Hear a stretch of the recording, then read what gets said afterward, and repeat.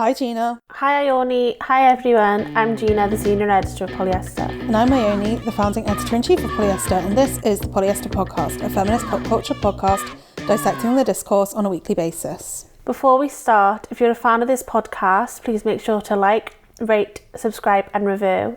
And if you really love us, you can sign up for a podcast membership where you can join our WhatsApp chat, get access to our research each week and get on our Instagram close friends for only £3 a month. We also now have a Substack called Non-Threatening Boys where we will be sharing exclusive podcast episodes once a month on the Boy of the Hour. Do you have any reviews, Ione? We do. Thank you for all the lovely reviews while we have been off. 5 stars, cute and compelling cultural analysis. As a Welsh girlie living in the US, Gina's accent brings me so much peace and comfort, and the general banter in this podcast always cracks me up. Probably the first time I've heard the nuances of class disparities discussed with such attention to intersectionality on a podcast. These ladies remind me that you can fight the power even while being a silly goose, and they are such an inspiration for all of us working class creatives out here grinding. Love heart emoji. By Kibbles222 in the US of A. Well, diolch yn fawr. Diolch yn fawr, cariad. Gina enjoyed it too much. Yeah, this sorry. review. Can someone say they love Brighton in the next review? Hello Gina. It's been a while. Been a few weeks. We have seen each other in that time. Every day. What have you been up to? Big pussy chilling. What have you been up to? Not big pussy chilling. Little pussy chilling. Big pussy busying. Yeah, we've both been really busy. Sorry for being off a bit longer than we thought we were going to be. We're not, are we? No. It's like an extra week. Oh. Well, we thought to make up for the time we have been off that we'll just do a whip round. Yeah, everyone sent me £2. Of all the discourse. Yeah, we're going to do a speed. We did this last September, I think, where we just did like a hot or not, like speed run through of everything that's gone on and our opinions on it. Yeah, we're not going to do hot or not though. And it's only been 3 weeks. Like, there's not that much to hot or not. There's quite a lot on this list. It's only 4 things. 4 big things. Yeah, it's 4 very big things. We only got half an hour. That's true, that's not true. Not including the intro. Less than 10 minutes of each. So let's get started. Taylor Swift. Taylor Swift has been Taylor Swifting. So where shall we begin? Let's begin from what's most recent, I guess, and go back. Okay, so where we are at this point in time, we are recording the day after the VMAs. Taylor Swift won an award. I don't actually know what award she won. She won 3 awards, I think. And her outfit was foul. Someone said she looked like she was in Six the Musical. It's like a shorts, but then a skirt that's open at the front and a corset, and the shorts and the open skirt are plaid, and the shorts are black. If you expect a look from Taylor Swift, though, yeah, you're wrong. You're not going to get one. It's just mad that she goes so bad with it. Remember when she had that King Carnes on backwards? Also, my Twitter algorithm is so it thinks I'm a Swiftie so bad, and it's stressing me out so much. So I've literally just been passively seeing this for the past 3 weeks. What, her outfit? No, everything, every single fucking thing she does, literally everything. Yeah, that's kind of what we were going to do the whole episode on it. I was like, I just don't want to feed into this matrix of everyone talking about that. Yeah, but we can't stop it either. No, we as cultural commentators, we really must get involved. So Trump posted a fake AI pic of Taylor Swift endorsing him, right? Yeah. But then, because Taylor Swift is now a wag, yeah, derogatory in this sense. Wife and girlfriend, if you didn't know. Sports. To Travis Kelce, she's been hanging out with this other wag called Brittany Mahomes. Yeah. Mahomes? I think only at the... I was going to say shows them, but it's not shows them. Games. No, I think they have been seen together socially as well. But then basically Britney came out as a Trump supporter, and everyone was like, if Taylor Swift even goes near her in the next couple of weeks, then it's basically a endorsement of Trump. She doesn't give a shit. All of the queer Swifties and marginalised Swifties were going mental, being she better not do this, blah, blah, blah, blah. And then she hugged her. Yeah, she hugged her again when they scored. And then 2 days later at the debate, the Kamala Trump debate, Kamala walked off to a Taylor Swift song, or there's a campaign video straight after, and then Taylor Swift endorsed Kamala with a picture of herself from the People magazine shoot where she's holding a cat, and signed it childless cat lady as a Reference to J.D. Vance Yes. being like, people without children in America shouldn't vote because they don't care, they're not tied to the future of this country. I feel like people have been talking about the Swift endorsement for so long, though, that now it's happened. It's not actually, like, it doesn't really feel like anything. What do you mean? Like, it doesn't feel like this big tide turning moment for Kamala. Like, I feel like Taylor Swift's just done Taylor Swift and, like, waited till the... Like, obviously it was strategic and she probably worked with Kamala's team on her announcement for, like, multiple, biggest impact.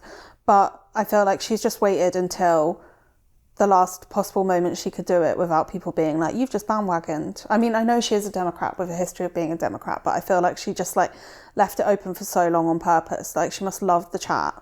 Well, I don't think I think the Britney stuff, she was like, I need to nip this in the bud now. Oh, I don't think so. I think everyone's been like, oh, this is her proving, like, she's a Republican. Like, this really, like, hammers home that she is. That video of her lip syncing to I Believe in a Thing Called Love. Oh, it's like big. So embarrassing. Republican behaviour.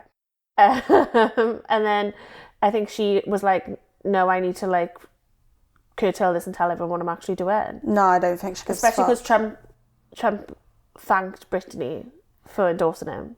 I don't think she cares. I think she's at a point where, like, if she could have got away with it, she wouldn't have endorsed anyone. I think she's one of those people and celebrities that are like, she's basically like a Mark Zuckerberg now or whatever, where she just floats above it all. Yeah. Like, she can actually get, no matter who if she didn't endorse anyone, she wouldn't have lost any sales or anything. Like, she might have lost some, like, people points, but I don't think it would have, like, slowed her at all. No, she's above the rate of slowing down now. Yeah.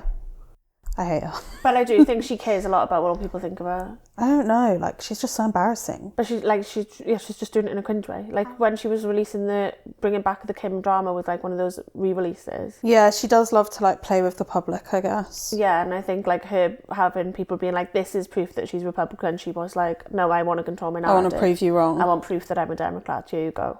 And then she made it just about herself and her thoughts and being a cat woman. I'm literally just so sick of seeing her and Travis. Also, her signing that off of that just made me think she's going to be pregnant within a year.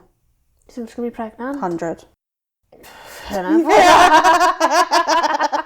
I just was trying to think if I had an opinion on that, and I really don't.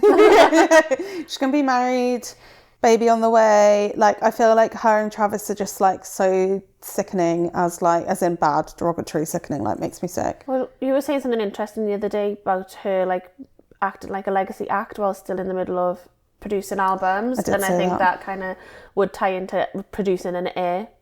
Yeah, I was saying that basically Taylor Swift is acting as, like, you know, obviously everyone's talking about Oasis and the Oasis reunion, and she's already behaving like that. Like, she's essentially already on greatest hits tours, even though she's arguably, like, in her prime right now. So she's, like, cashing in on nostalgia, but in the present, like, not as a legacy act. She is a legacy act that exists in the current, which is, like, some weird, like, hyper reality simulacrum-y thing.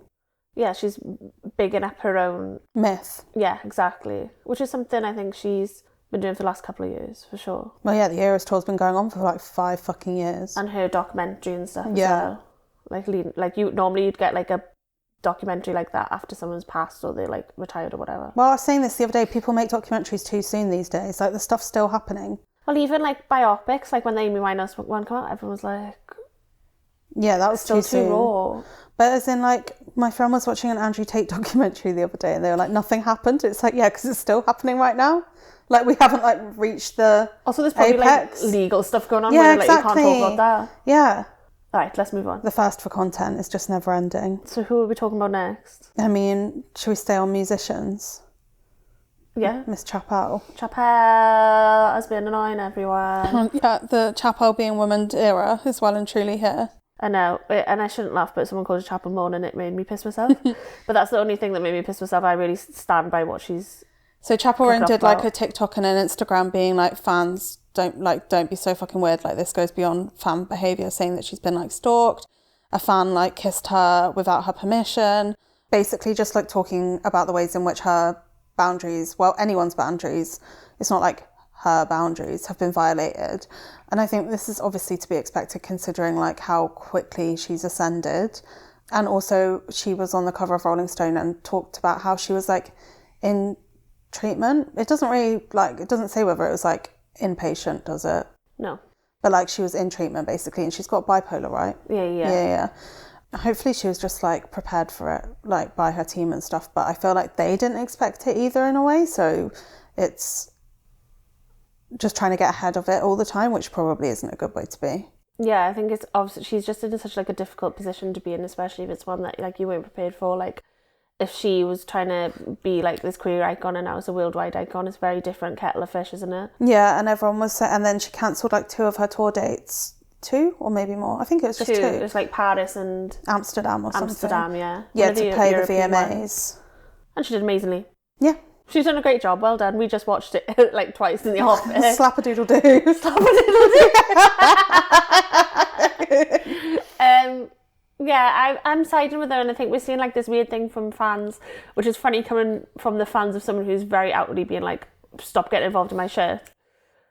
Where they're like, we've made you, you owe us, we're the stan accounts that made you famous, so you owe us, you cancelling these shows to do a different opportunity, like we know you're doing that opportunity and that's wrong. It's like, well, logistically as a career move it makes sense. Also, like if you're a fan of someone, surely you want them to have these like bigger stages. Like I understand it's disappointing for the specific fans who had tickets, but the people who were complaining were like these big stan accounts who were like American and stuff. I think it's quite a like specifically queer thing as well to be annoyed when someone you like gets really famous, like RuPaul's selling out vibes and like everyone loving Drag Race. Like obviously there's some real criticisms that are embedded in conversations about like queer narratives becoming mainstream, but I also do think it's a thing of like queer people being like, well, I have better taste. Do you know what I mean? Yeah, they want to be like, I knew it before anyone else knew.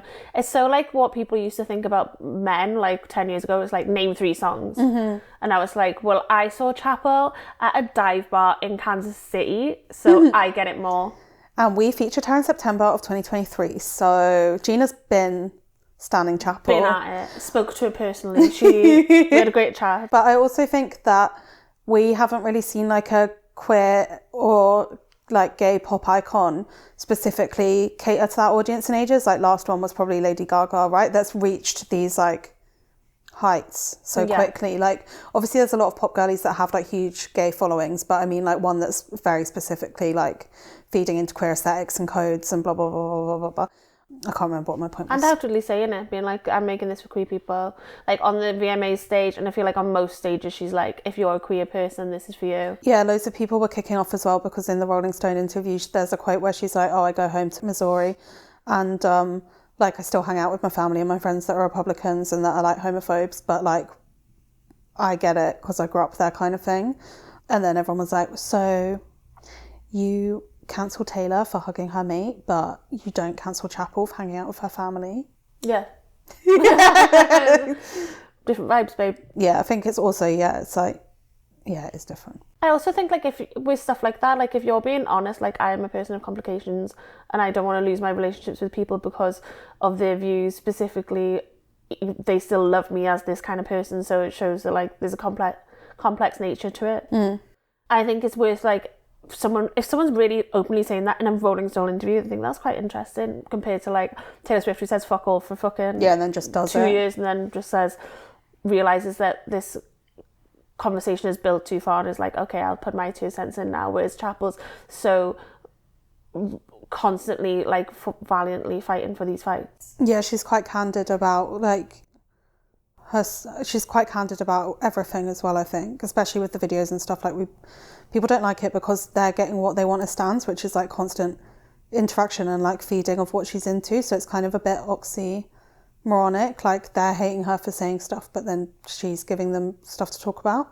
Yeah, and it's also that so online discourse to be like, if you heard someone say like something wrong on the bus, you should stand up and you should kick them off the bus and everyone would clap because you're right. It's like, no, that's not how real life actually is. No, you probably get punched in the face. Literally. My final point on Chappell Roan is when she told the paparazzi to fuck off yesterday and everyone's being like, oh my God, she's so ungrateful, blah, blah, blah, blah, blah. It was just making me think about like all the things now that we're like, oh, legendary, when like, okay, maybe not everyone thinks this, but like when Courtney Love punched Kathleen Hanna or when Courtney Love was like a little freak to Madonna. And we like always have these like stories of like divas in the part or like Mariah doing something, do you know what I mean? And like, but now we're experiencing in real time and we're being like, brat, not complimentary. cow, not complimentary. Do you know what I mean? Like, Yeah. we're not realising how good we've got it. Well, I'm on the right side of Twitter because I saw everyone being like, yes, Queen, tell him. And with that, we're going to a break. Hello, we're back. Back.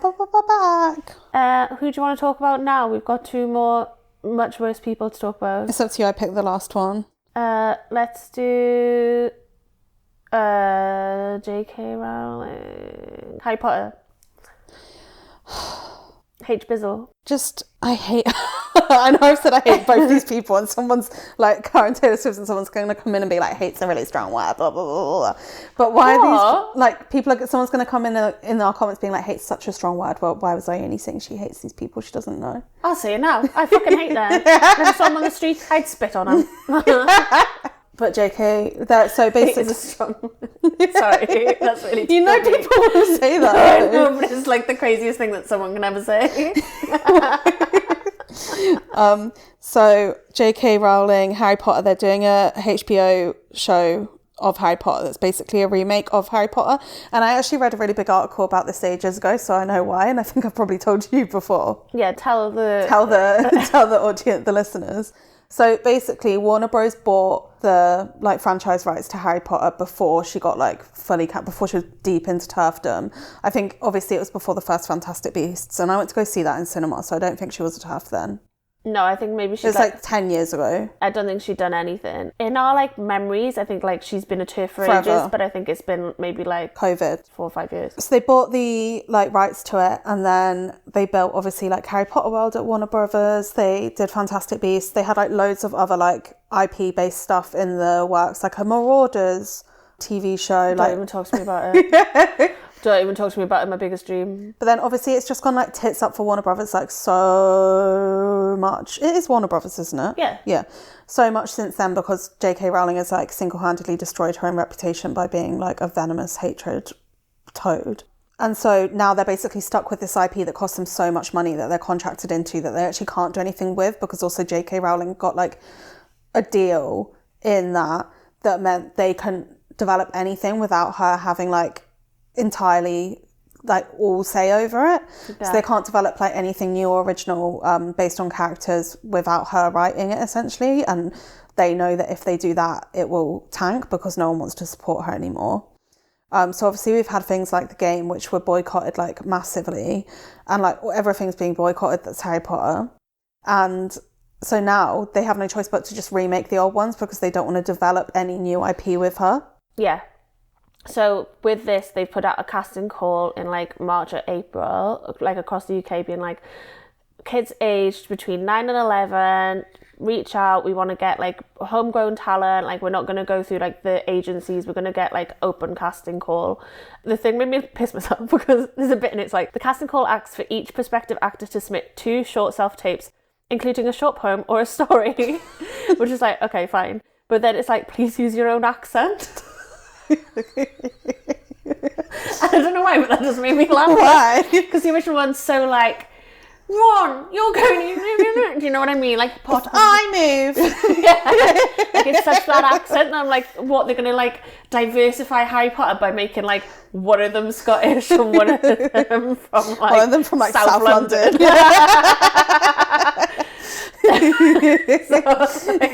Okay, jokes. And then apparently there's a rumour that it's because they can't actually cast child actors because of the reputational damage that it would be to be in this TV show. But also I feel they're just trying to recreate the magic of the original ones, because the original ones recreate the magic.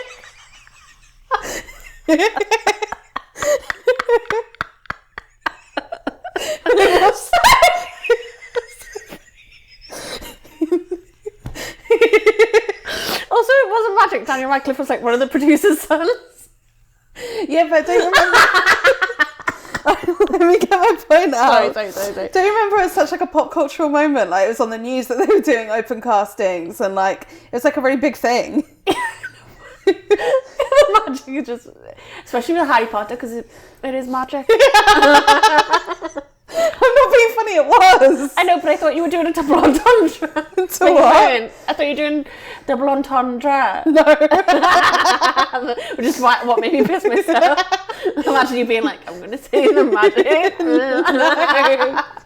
Sorry, No. we've not done this for so long. We're just screaming. No, as in, like, there was such a big cultural moment around Harry Potter when they were coming out, obviously. So I feel like they're trying to, like, reignite that in a younger generation, but obviously it's not going to because... Yeah, it was like BBC. No one like, gives a who's fuck. going to be who's going to be the face of Harry Potter? Yeah. Yeah. And then they probably will just cast it for a Nepo thing again. But then, obviously, everyone has been going mad. Please explain the AI. Oh. Made me piss myself. So, like...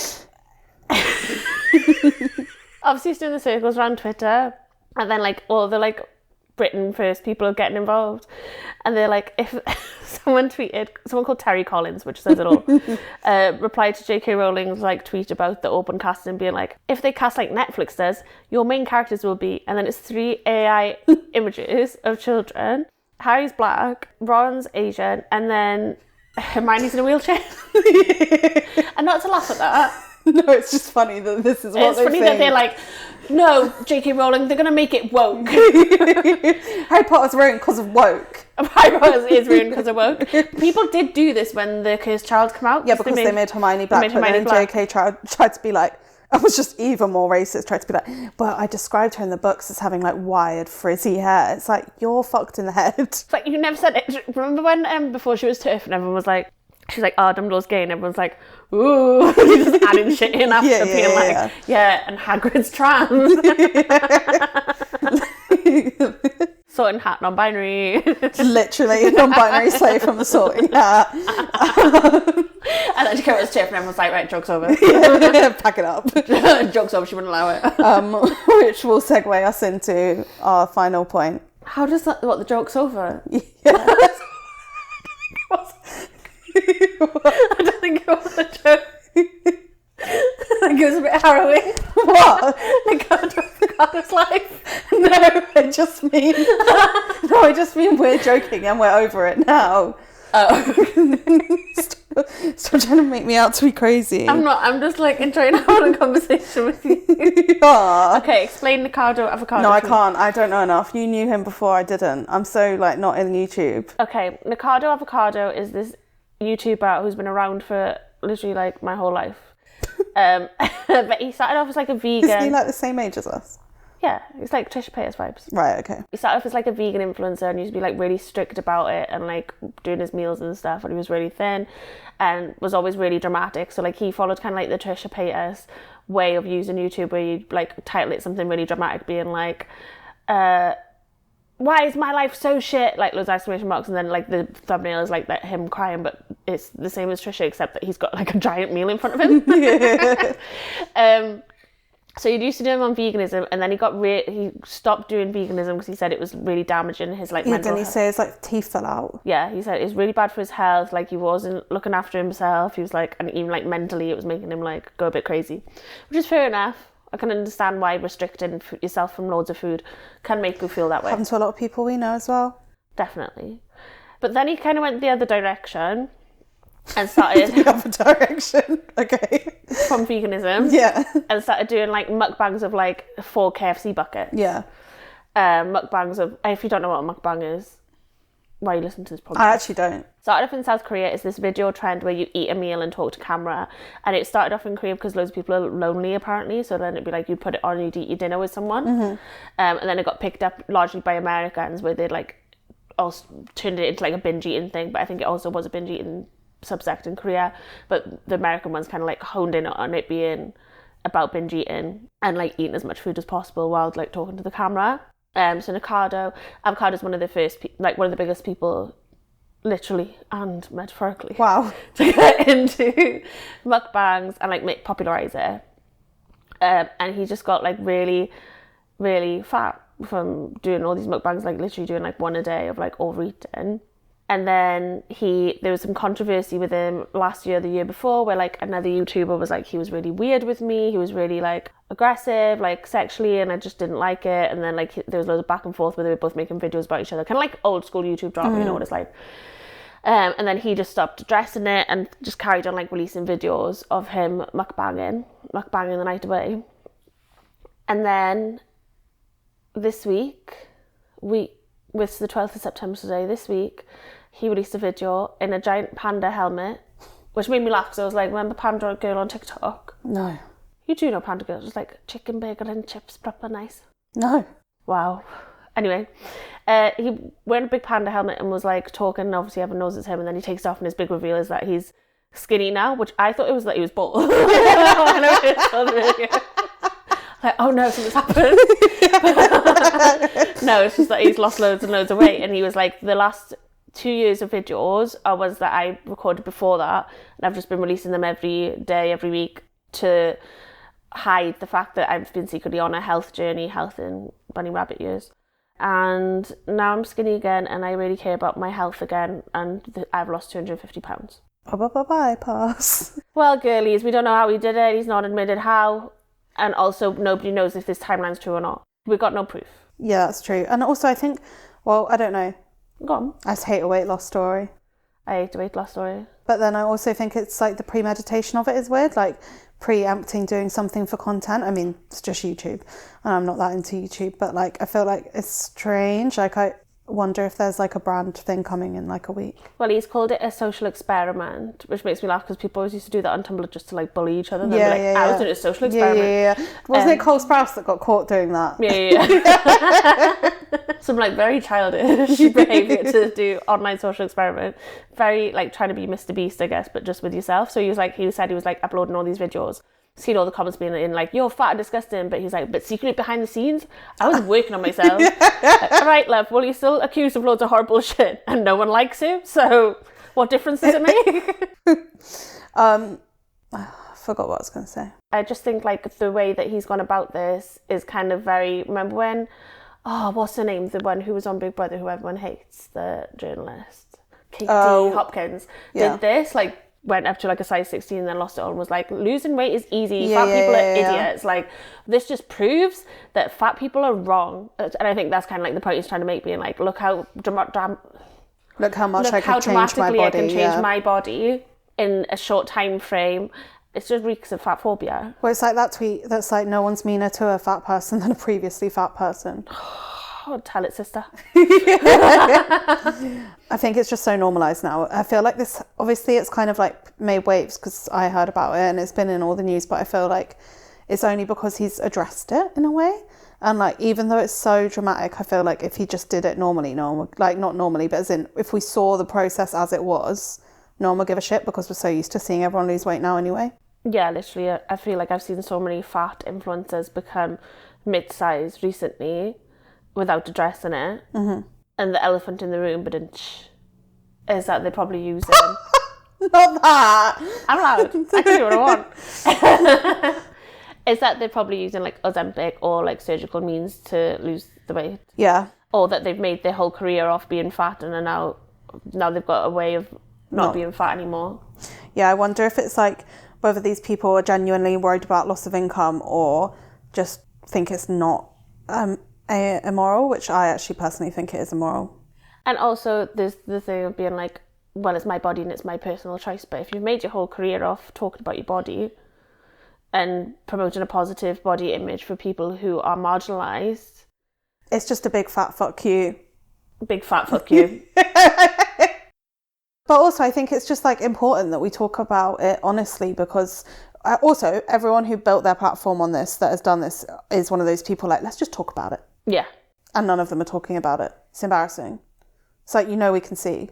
No, I've got eyeballs in my head, actually. Yeah, we have eyes. And even though you have been on a heavy mute for years, I do come to look. I come round to peer at what's going on, and I go, you know what? If you can shop on the high street, whereas I know for a fact you never used to be able to before, it's upsetting to me personally. I just think we also live in a weird time because, obviously it's easy to be like, people make their own choices, blah, blah, blah, blah, blah. A, choice feminism is a mar on modern society.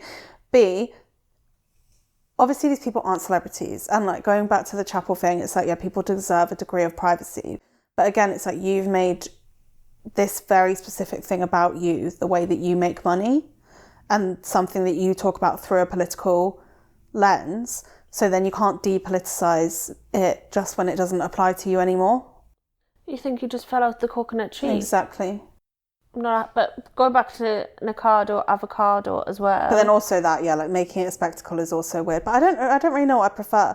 Like obviously I think a lot of the reason, or maybe not actually, I think we're seeing a lot of the girls hide behind fitness, like this weight loss behind fitness. I don't think that these people are losing weight just from working out.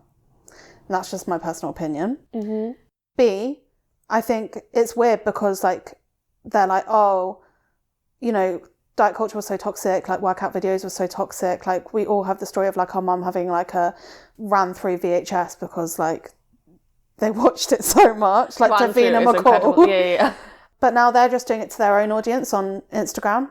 Like the same thing, like the gym selfies, the this, the that, the like workout bits, like, and they're not realizing the impact that has on their audience who are predominantly fat people because they're viewing it through the lens of health, not through the lens of weight loss, but it's just as toxic. People can't ever see themselves as the villain in their own narratives. Like they will always justify shit to themselves, like no matter how around the houses they go about it. I'm sure people will say that about us and be like, oh, they're just justifying not losing weight by believing this rhetoric. And to that I say, yes. We're not the fat police, but we are. But also, yes, I am doing that. I do not want to eat a Fibre One bar again in my life. That's fine.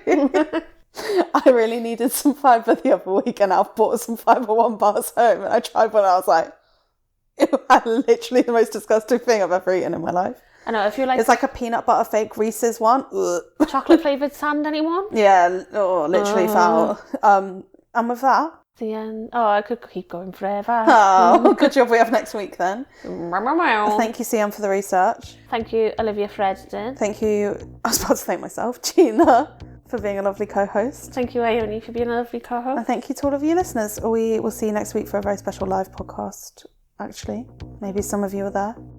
Maybe you won't. But we're talking about the substance, so see it. Yeah, see it so you can listen. Yeah. So you can listen. All right, bye.